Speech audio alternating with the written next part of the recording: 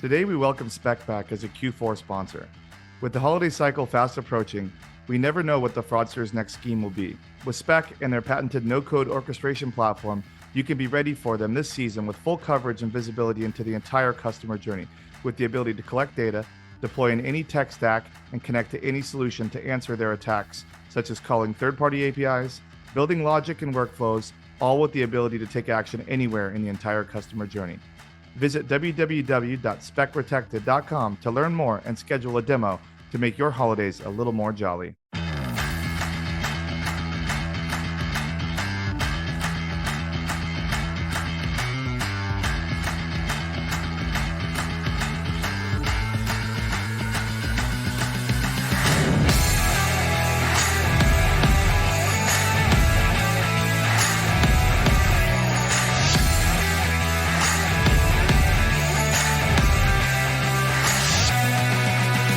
Hey everybody, welcome to another episode of the Prod Boxer podcast. I have one that I have been waiting for a really long time to do.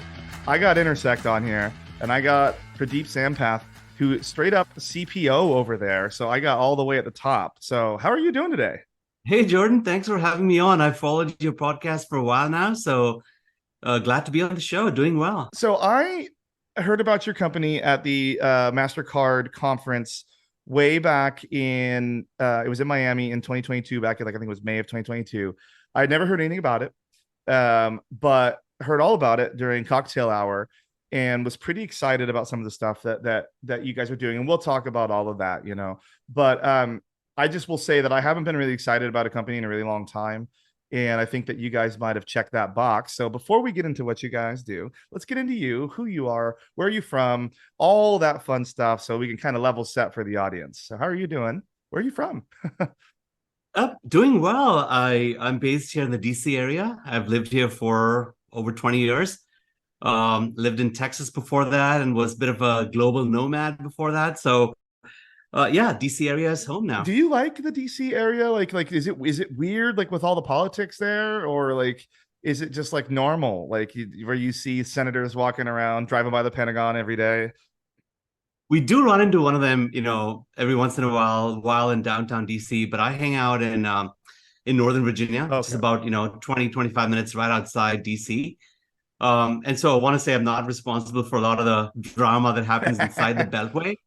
But it's great, right? Because you're but half an hour's drive or a metro ride away from the center of where all the action is, right? It's a great place to have kids grow up in the middle of all the museums and history and culture. Yeah. It's very diverse. The weather is great. You've got 4 seasons, so yeah, it's a great part of town. So I went there in my 8th grade. We had a big field trip over there, and I am a sucker for places that have history. Yep. Some sort of something happened there. And I always remember in DC, especially like the monuments. First of all, the monuments are cool. And like we had to get up like either super early in the morning or we were out super late at night looking at these things. And like the air was just so cool. And it felt so special being there. And I think like all the things like how like the Lincoln Memorial has like 16 columns because he's like the 16th president type thing. Like all of like the little pieces that mean something there is so cool. And I was there during cherry blossom season.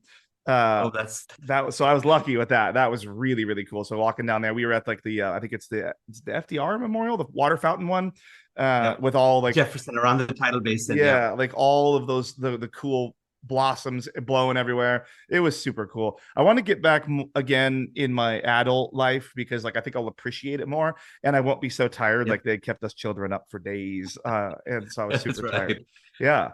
What's the weather like there today?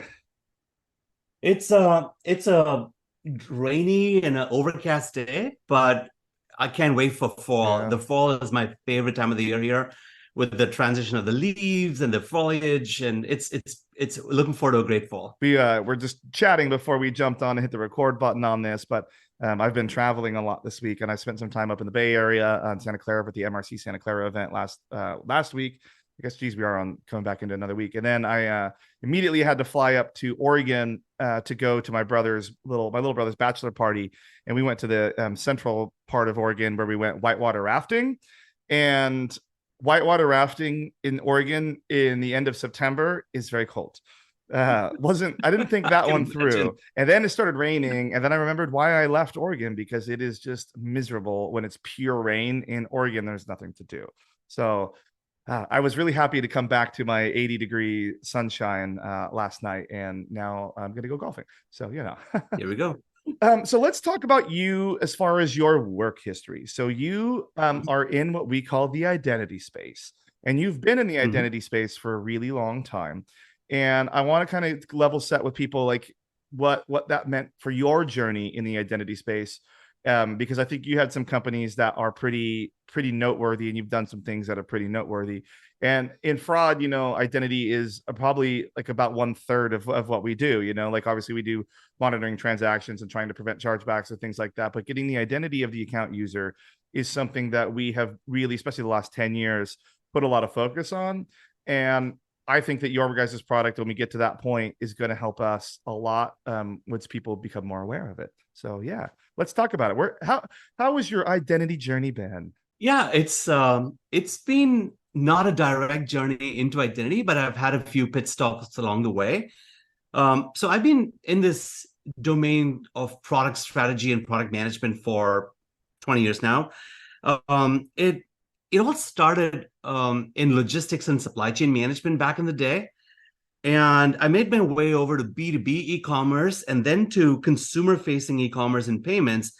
So basically, a long-running thread across all of these different positions has been the need to establish the identity of the individual involved in these e-commerce transactions. So I got into identity and authentication as a key enabler of e-commerce workflows, from user onboarding to payments to fraud detection, fraud prevention. So I did all that in support of e-commerce. And then my pure play entry into identity was a few years ago when I joined here a DC area identity company called ID.me, and headed up their product for a few years and helped them through a period of hypergrowth.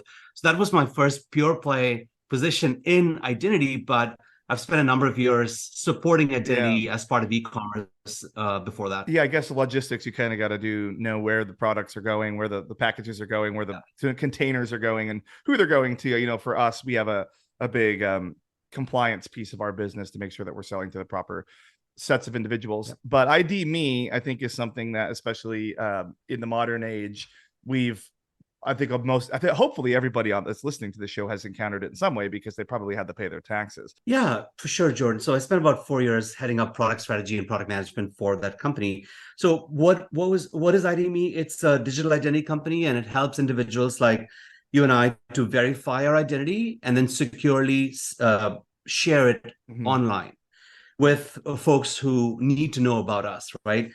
And so we built a product to fulfill the company's core premise, which is that as individuals, we control our identity, and we shouldn't make the same person do the same thing twice if you can avoid it. And then an individual should be able to take their identity with them wherever they go and share it with a relying party or a website that requests it in a privacy-preserving manner. So that's the product that I have helped build over at ID.me. So ID.me, is it part of the government, or was it a private company? It's a private company, and we serve. I still say we. They serve organizations both in the public sector and in the commercial space, and had the chance to serve state governments, federal governments, and various commercial organizations. So with ID.me, like basically it's like a cross website. So I could sign in. So I would have my ID.me account with all my verified information, but then I could sign into these third-party websites using ID.me, and then they would have basically access to the information, right? Am I Correct. Perfect? Because I've only used it at the IRS, but now I know that I can use it in other places. That's a little more appealing to me. So good to know. I think a lot of the focus, especially around ID.me specifically as a brand and a thing, we started hearing about it a lot during COVID. How do you what do you think about that? Like, am I accurate with that? Is that really when it picked up more steam? Or I mean, you worked there from way before COVID, so you definitely knew about it. But I think it became more of like the regular lexicon for us, regular consumers, around COVID time. Yeah, I had a ring seat view to all that action during the pandemic and before and after as well. So two things happened, right? One is the company IDMe has always served specific communities of users, like members of the military, teachers, first responders, nurses, doctors, so that brands could reach out to these communities and establish long-term relationship with these communities. So with COVID, what happened is brands truly wanted to say thank you to first responders, to nurses, to doctors, and they kind of double down on their relationship with these communities through IDMe. And so we had to spend a lot of time quickly preparing for the increased volumes that we saw as part of that process. But on the other hand, what also happened was the government, both the federal government and various state governments, started to distribute the pandemic unemployment insurance funds to various citizens. And we were fortunate to earn the trust of many organizations who would use us to verify the identity of individuals so that they can securely receive benefits from the government. And that was a very exciting time, but it was also very stressful because while you had to make it frictionless for the legitimate users as much as you can, you also wanted to make sure that you prevent fraud, which was essentially hitting us through various vectors, whether it was petty criminals, organized crime, nation states. So it was to create a platform to make identity verification seamless, but also help prevent fraud at the same time. So a lot of things happened around that time. Was that like the stimmy checks, or was that the PPP loans, or was both? Stimmy checks. Stimmy checks. Those are everybody's favorites. Well, let's talk a little bit about where you're at now. I'm going to kind of level set what I think, and then I'm going to let you kind of come in and correct me a little bit about it. So if I'm wrong. So I have been on my show here, the show that we're recording right now, talking about how I would prefer to have some sort of identity token situation that, like, basically that can be shared with other individuals, websites, those sorts of things, that shows some sort of authenticity that it's really me. Now, I think as we move towards this future where people try to talk about passwordless, and I think we have a section that we're going to talk about that. We're basically settling, it seems to be, on calling these things passkeys these days. Like a passwordless login is a passkey. So in my head, based on how it's been described to me, I understand Entersekt as basically being a facilitator of that sort of thing, where my identity kind of becomes tokenized and can be used in places to verify that it is really myself, really Jordan Harris, doing these things, making these purchases, logging into these websites, and hopefully allow some sort of passkey situation. So why don't you tell me if I'm right or wrong, and then tell me what Entersekt is and how it all works, if you could. Yeah, all the use cases you described in terms of your interaction with various websites and how Entersekt plays a role in making that authentication happen is absolutely true. And I might put a bit of a finer point on it to shine the light on who Entersekt is and what we do. So we're a technology company in the fintech space. And I work, like you said, with them as chief product officer. The company was founded in 2010, right? So we've been around for a long time. And we developed security and authentication solutions exclusively focusing on consumers like you and I interacting with our banks and financial institutions, and doing so in a way that's truly reflective of what is it that you're trying to do at this given point in time. And I'll explain how we go about doing it, but it's to have a clever way of applying heuristics, both data and device driven, and present the right kind of authentication scenario to make your interaction with your bank as seamless as possible while preventing fraud. So sometimes I might get a password, sometimes I might get like an MFA thing. So it's dynamic. Yep. Got it. Yes, it is. It's exactly that. Yeah. So tell me a little bit more about it. Yeah. So the premise that we operate in is that usernames and passwords have long outlived their usefulness. Oh, yes. Using it for 60 years, man. Yeah, I mean, I'm tired of them. Passwords go back to 1960s, right? But maybe 15 years ago, we started being presented with this so-called panacea, the silver bullet called the one-time password. And that was supposed to solve everything that ails passwords. It did put a layer of security on top of various interactions, but then it's clunky from a UX perspective. You've got to take that number and stick that into your website or your mobile app. It's not always happening in the right time. You don't get the OTP in time all the time.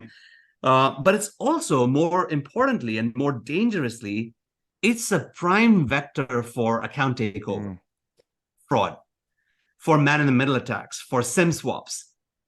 And so for all of those reasons, we exist so that we can get interactions between people and their banks away from passwords and one-time passwords to one that's more expected in how you deal with your devices, using your biometrics in a seamless fashion that's in line with the risk of the transaction that you're about to undertake with the bank. Good. So that's in a nutshell how we go about doing it and why we exist as a business.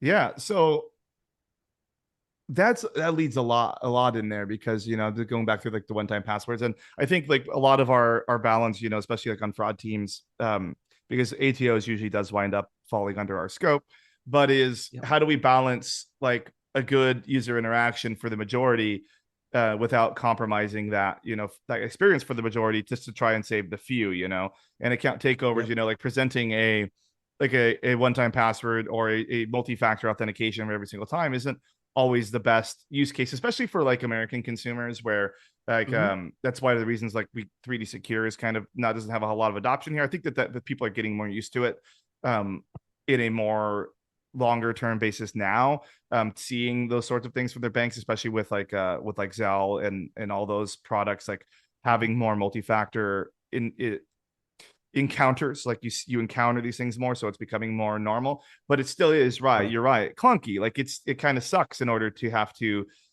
enter something else. Like actually just a little bit ago, I was trying to sign into Zoom.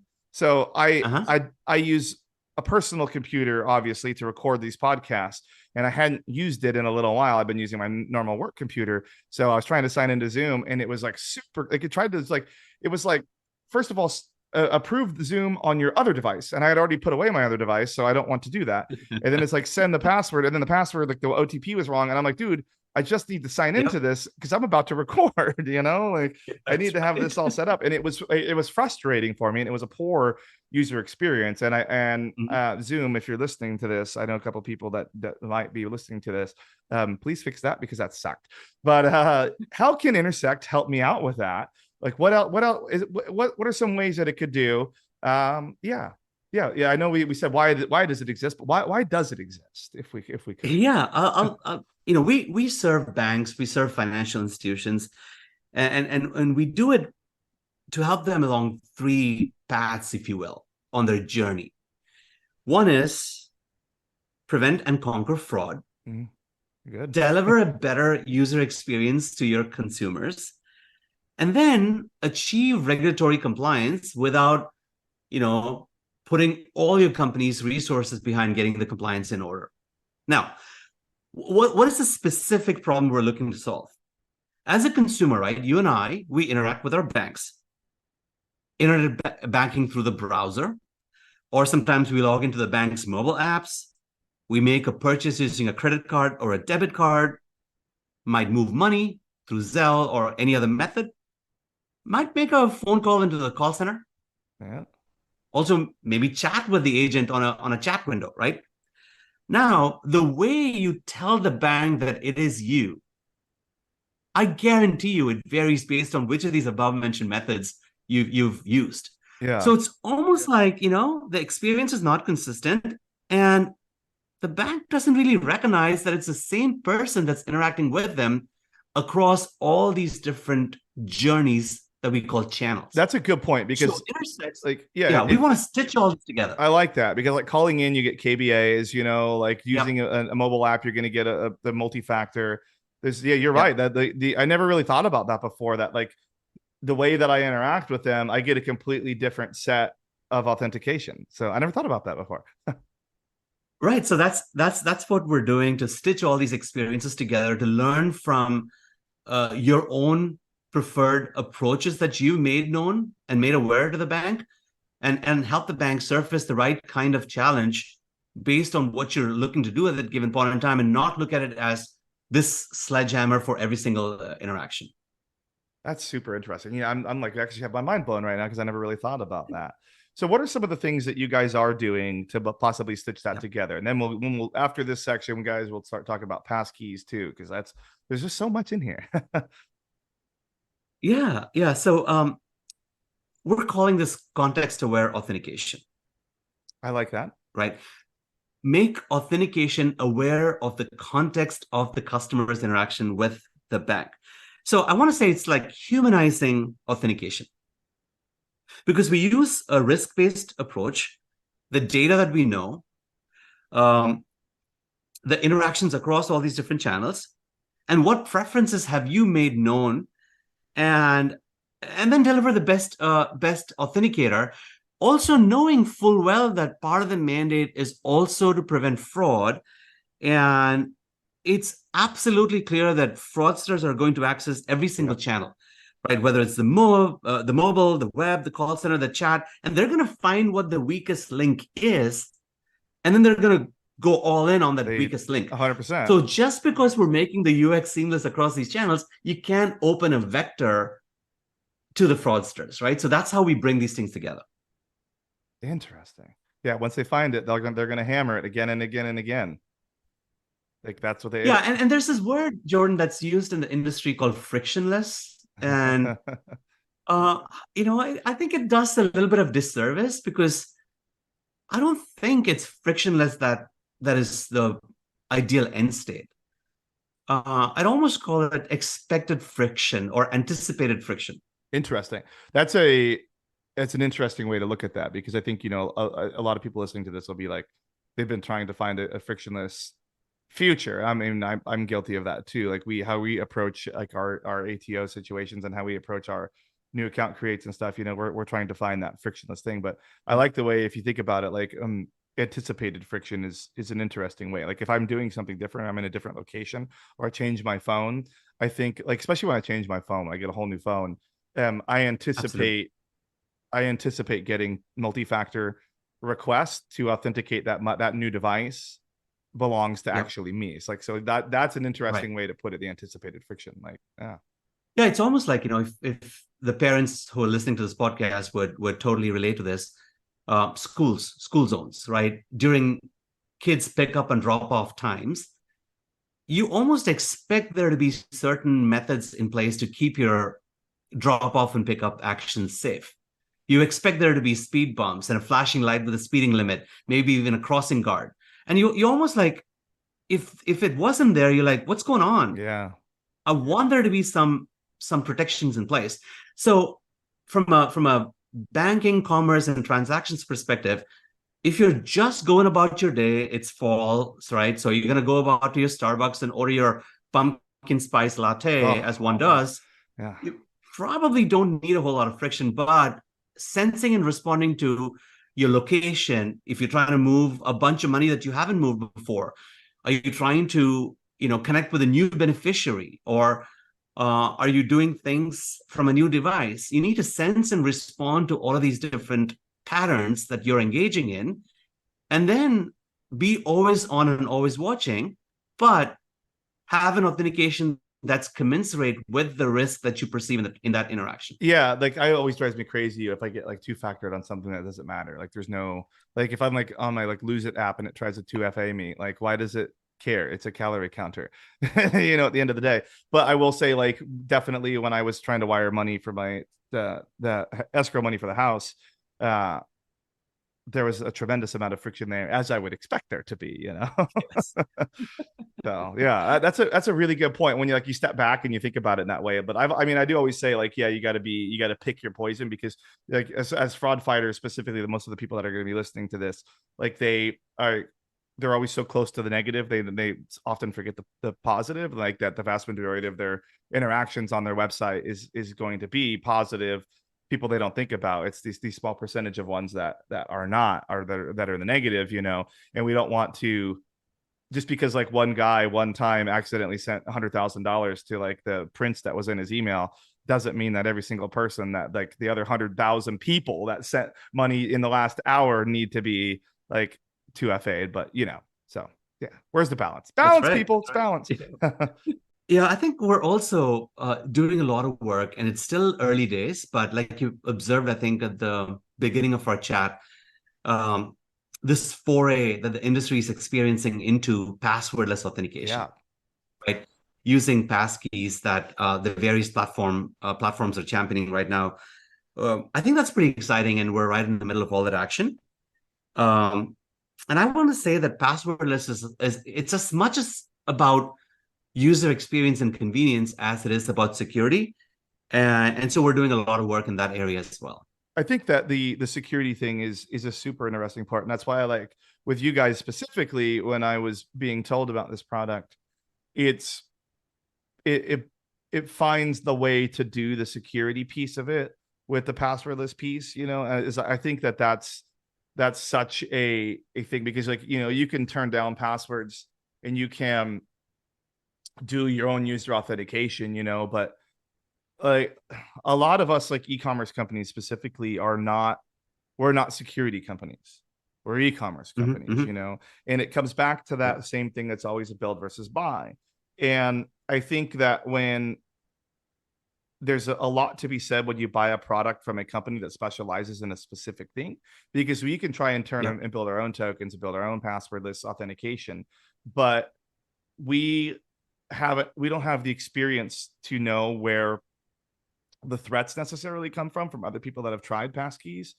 And I think that having somebody that can handle the passkey piece and the authentication piece and the validation piece is a really strong way to look at it with some sort of thing. Like I've always been saying there needs to be some sort of a liability shift that comes with an authenticated, like a person shouldn't, like if they are using and they're opted into something like this. And now this isn't something you guys do, this will have to come with government regulations, but basically someone can't claim fraud if they were authenticated identity style, you know, like but it have it's gonna have to come like I mean kind of like we do with 3D Secure. I think the same thing should happen for people that if they like log into like their account and then all of a sudden all their miles are gone because they initiated a transfer, like if they authenticated themselves in, like that's got to be on them, you know, there has to be some sort of personal account. And that's why we're playing in both the 3D Secure world and the digital and account access world, and trying to see how can we bring these things together, right? Bring in the digital channel, the data channel, and the payment and the commerce channel together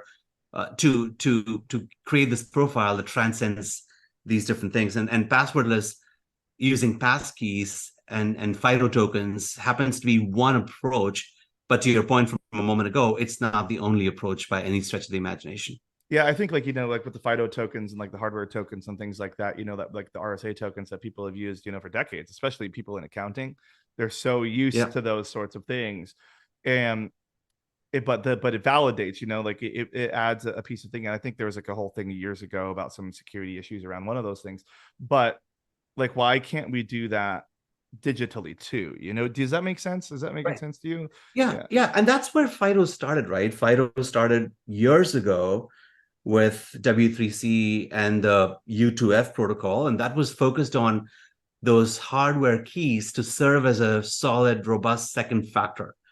But since then, right, thankfully, we've evolved from requiring hardware to leveraging what modern devices bring to bear, whether it's devices in the Google ecosystem, the Apple ecosystem, or Microsoft ecosystem. They all have what is currently known as platform authenticators. Okay. Because of which you're able to use public-private key cryptography to create strong key pairs that essentially perform passwordless authentication using biometrics without the need to download or use a separate app. So I think that's where adoption is going to increase significantly, because you don't need to download a separate authenticator app. You can simply use inherence, right? Who you are from a identity authentication perspective, and leverage your platform authenticator, leverage cryptography even without knowing you're doing so, and authenticate yourself for various transactions. Now, There are challenges with that approach. It works very well for a vast majority of low-risk scenarios, but you got to also understand that passkeys can now be synced across devices. They can't be? Right? You can be. Oh, you so can. Apple can use your keychain.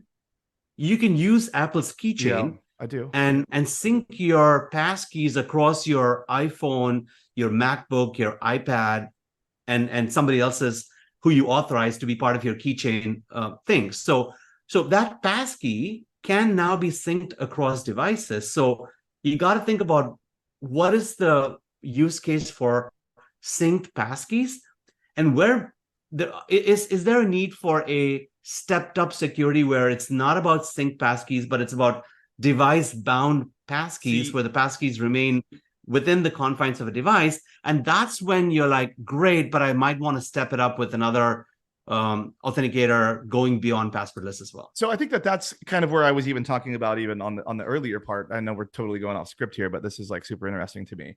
Of course. So the device piece, okay. So obviously in the device syncing across, because I think the keychain is an excellent example to put that in context for me, you know. Because like my iPad has it, my iPhone has it, this Mac has it, my personal Mac has it, my other personal Mac has it, my work Mac has it. All of these different things all have access to that same keychain. And when I change it on one, it goes through and changes to the other. Now, that being said, I think, you know, the Apple also has like the login with Apple, and they have their Apple Pay. So all these things are like different versions of tokens all over the planet. But this is where it comes back is like, so I am participating in this cryptography without realizing it, because like it's been the heavy lifting. It's the companies like you guys do the heavy lifting for us on that. And my thing is you, in order to make it real, it has to be biometrically authenticated, in my opinion. This is just my opinion, because without the biometrics, like the physical biometric piece of it, those tokens that they're stored on the device, if you do a passcode to get in, like a digit passcode, it doesn't matter who's standing there, because now they have access to all of those things. So it has to be biometrically authenticated, and I think in order to have a super strong value to the like I love Face ID. I love the thumbprint one more. I thought the thumbprint one, because I could like lay down and I didn't have to worry about it, and I could just but but I think that like that change in Apple to allow us to use that on apps, to log into apps, has been one of the biggest fundamental shifts in the app usage ecosystem, I think, ever. Because it made it so easy to because apps sign you out eventually, but it made it so easy to get back into them. Now there's dumb ones that don't use it right, but essentially what I see is happening is when I Face ID into an app, it's literally just keychain copy paste and dropping my password and username in there and doing it anyway. But like that sort of thing has made life so much easier. Now what I would like to do as just a lowly podcaster with a couple thousand people here in every episode is I would like to find a way to take that piece, and I think that's what you guys are doing here, and take it a step further to now you're validated, now it's you can do whatever you got to do, but it's on you forever. Does that make sense? Like, yeah, so it does make sense, and that's why we also are working a lot on strong device binding, whereby we find ways in which we kind of bind an identity to a device to help you confirm that it is you that is operating this device in your interaction with the bank and so on. I'd still say that whichever authenticator method we choose to employ, the core principles have to remain valid, which is, right, every authentication must come with a possession factor, which is something you have, the knowledge factor, which is something you know, and the inherence factor, that's something you are. Now, the FIDO world does offer for a biometric authentication that can be based either on your fingerprint, your voice print, facial recognition, iris scans. All of these are biometric markers using which you can convey your authentication signals through the device and the platform and the keys.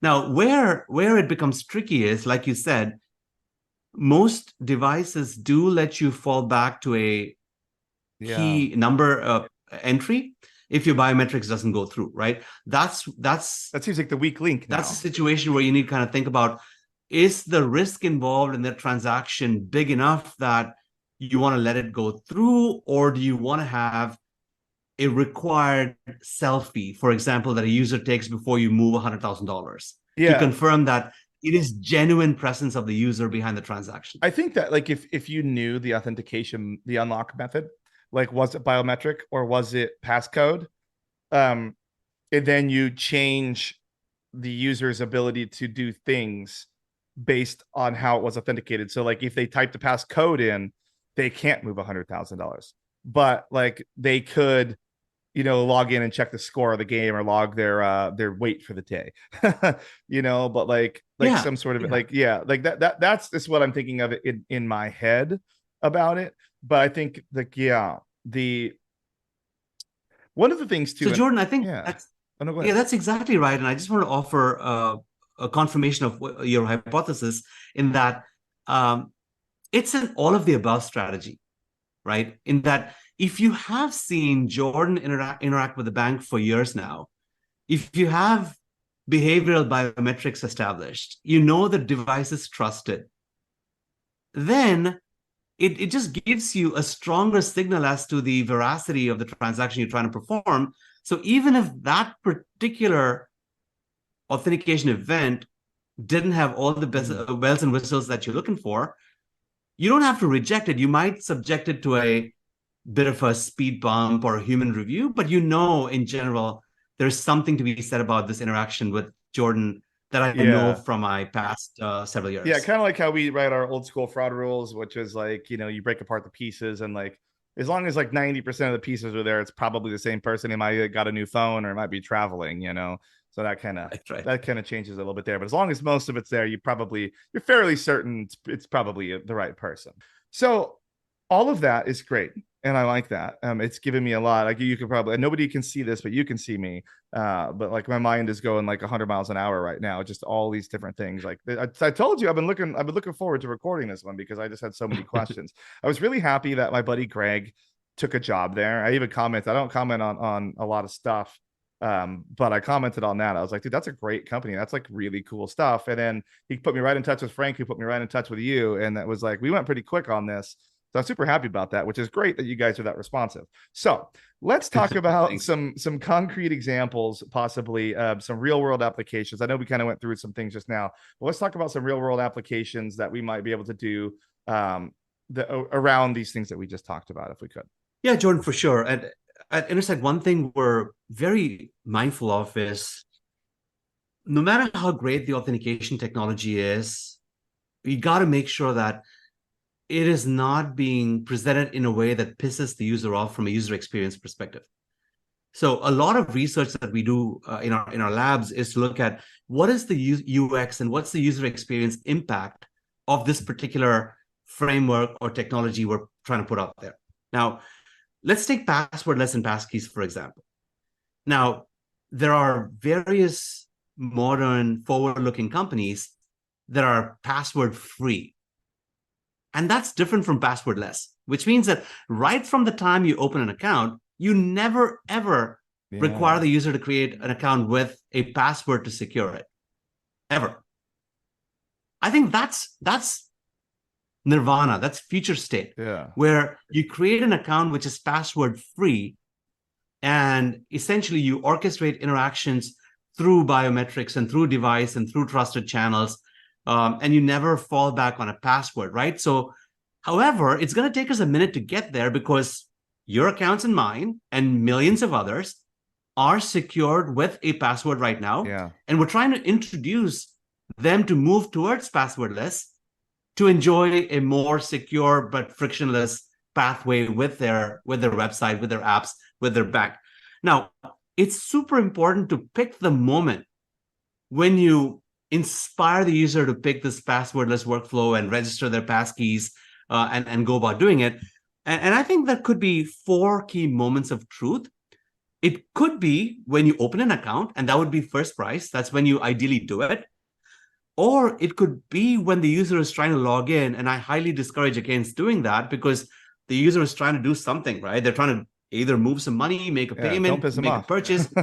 Don't piss them off. Don't get in their face. Exactly. Um, Yeah, so everybody, website, but stop asking me for surveys the second I log in. I haven't even done what I needed to do. Don't ask me for the survey yet on that.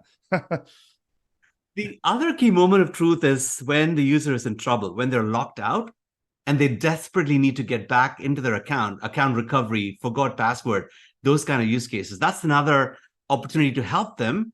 But at that time, say, hey, next time, did you know this could be a lot more friction free if you went this route by registering a passkey or what have you. But also inside the account settings page where you can say, okay, whenever the user visits their account settings page, you can say you can register your device, your passkeys, so that in the future it can be a more seamless approach. So I think from a concrete practical examples perspective, you got to look at what's the right point in a user's journey, a consumer's journey, where you might inspire them to go this route. But it's always important to have a fallback mechanism. What if the device isn't able to support their passwordless journey at that given point in time? What if biometrics don't work? You got to have a fallback mechanism, whether it's a push notification sent to the mobile app or a QR code or some other method, which is still passwordless, that lets them in instead of locking them out. Yeah, I think like that. I mean, all of these things we've been talking about. Yeah, definitely. Like my mind has always gone to a what if scenario, like what if something happens, and which always leads back to basically the enter your passcode situation, which is a form of fallback. But whether that be sending an email with a magic link to get in, like Slack does, or something like that, there is that. But in the password days, there's not a lot of fallback. You kind of have to use your password to log in. The only thing you can do is click that forgot your password link and do the process again. But so I think that we could probably once we get dialed in, once we get locked into a type of passwordless world, and I really like the idea of where they start with no password because then you set that expectation. I do like websites that let me pick my authentication experience too, but I think that once we get people to like that they're used to it point, we'll be able to usher them along with less fallback. 100%, right? And using various technologies like your magic link in association with the passwordless flow is likely able to help the user with fallbacks without reverting back to pesky passwords. Yeah, and that's what I think. And I think like even passwords, like using these authentication keys on the back end is such a stronger thing than somebody just writing password one, like it's such a better fit where you can have two authentication keys on each side with the one being passed in the middle. It's just, so much smarter. So just kind of derailed that again because that's what I do. What are some of the new things that you guys are working on over at Entersekt to kind of get us to this passwordless future and in a more stronger way? Yeah, I think we're also doing some deep research in areas where I think the whole industry is, at least here in the US, for sure globally. Now, some of the recent muscle movements are the launch of FedNow recently, right? Even though we've had RTP in the US for a while, FedNow, which is gearing more towards consumer-focused real-time payments, is going to be something that we're watching closely and helping issuers and financial institutions, banks and credit unions with what's the best way to help customers stay safe in a real-time payments world. And there's lots of global examples we can learn from proliferation in a great way of real-time payments in places like India, in Brazil, in the UK, has had lots of benefits, but we've also learned about some of the fraud that they're seeing out there. And so we're doing a lot of research in that area. I think that like the FedNow, just to jump in on that one, because like I still think that that's super interesting, and the world's ironing out all the details. But like one of the things I think everybody's scared of is these faster payments situations, the banks slowing them down because of fraud. And we kind of just wind back up at square one. So, and I could definitely see like you guys being a very strong player in that space for authenticating those transactions so we can keep those payments fast. Like I really like Yeah, it. it's going to be a team sport. Yeah, and that's what. Yeah, you're right, Jordan. Yeah, I think that, in any issuers listening to this, like if you're supporting FedNow or RTP, like cell style payments, um, I know there's been a lot of discussion around like issuer liability on those situations, but I think that like just slowing payments down and putting something like account in there or even internal tools is not going to be the right move. I think you're going to have to use somebody like Entersekt, which I know you guys have great relationships with like the big banks already, but like definitely having secure authentication on either side of that transaction is going to ease a lot of headaches and keep our payments fast. So please, issuers listening, do something about it. What else you got? Um, well, I think generative AI, right? Deep fakes and all the other fraud vectors that it opens up. We've got to be mindful of making sure the platforms stay up with the fraudsters' games in that area. Absolutely. And then while we do that, we also want to make sure that we keep equity and inclusion at the front of our minds, because whatever technology that you come up with, it's got to work for people that don't necessarily have the latest device or can offer their biometrics in an equitable manner in every single situation. So we also are mindful of, I should say, technology that can serve consumers in an equitable manner, That's an regardless of excellent point. sophistication from a device perspective or technical competency. I think that's something that I think a lot of people would overlook, because we're so like a lot of people listening to this podcast even are in the US. They don't think about, what's happening like in these smaller countries where they can't have the best iPhone, like Android is king because Android is cheap and Android is accessible. And you don't want to lock out those markets, but they need to be included in the same authentication because they're just as susceptible to fraud as the rest of us. It's just when fraud hits them, it can be really, really impactful because that's like us losing $300 here in the United States might not be that big of a deal, but someone in like Singapore losing $300 US is going to be the difference between them eating for a month or not. Like these are things that we have to really think about. So excellent point. Yeah. And then lastly, very excited about the strides that are being made in the convergence of identity and payments, and that's one of the key value propositions that we bring to the table, where your front door login and access and your e-commerce transactions and your payment transactions are all happening by the same person with the same bank. And how can we further move the industry forward in this convergence of identity and payments from an authentication perspective? And spending a lot of time thinking about that, prototyping some solutions and working with various industry partners in that area. Excellent. I think that you are spot on that. Like used to be, it was fraud, payments, and identity were the three pillars of what we did in the fraud prevention world. But the identity and the payments has come so close, especially with the faster payments. Like you need to know who's sending that money. You need to know where it's going, and the authentication piece on the banking side to do the actions that like some of these banking apps can do now. Opening credit applications, processing mortgage loans, processing car loans. All of these things can be done. Like there's such strong identity pieces that need to come in with these exact payments things, so the payments are going to the right place so they know they can make the payments. 100% right. Like I think that like the future of identity is getting exciting. Like I think the biggest breakthrough in the last 10 years was like, oh, we could take a selfie and we can match it up to like your identity, like your driver's license.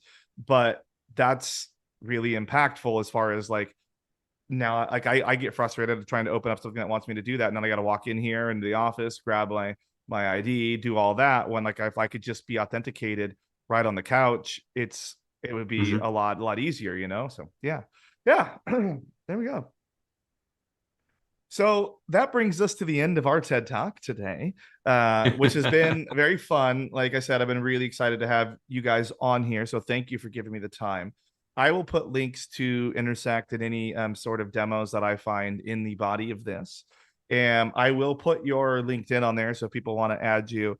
But I am going to put a link probably to, I think Greg's in sales, if I'm not mistaken. I'll probably put Greg as the sales contact because I don't think that you're really doing sales. But I'll link him on there for if people want to learn more. As I think like, you guys are in such the fintech space that some of us more e-commerce people might not be as aware that we have this option too, as at one at our fingertips that we can purchase and we can use and we can leverage. So thank you for your time. Thank you for your notes. It's very thorough notes. I really appreciate when my guests do thorough notes. I love that. Makes my day a lot easier. So thank you for taking the time to do that.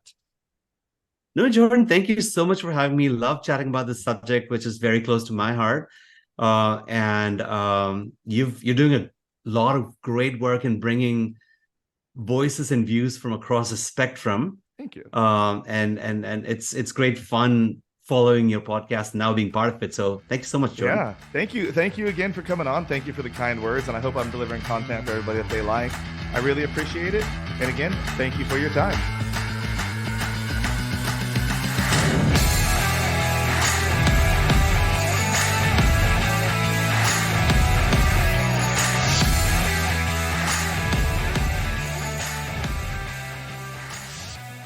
Thanks for listening to today's episode. I really hope you enjoyed it. Don't forget to visit our incredible friends and sponsor Spec. Get your holiday team ready with full visibility into the customer journey all season long using their patented no-code orchestration platform, and be ready for whatever comes your way with the ability to collect data, call third-party APIs, build logic and workflows, all with the ability to take action anywhere in the entire customer journey. Visit www.specprotected.com to schedule your demo and learn more. Thank you.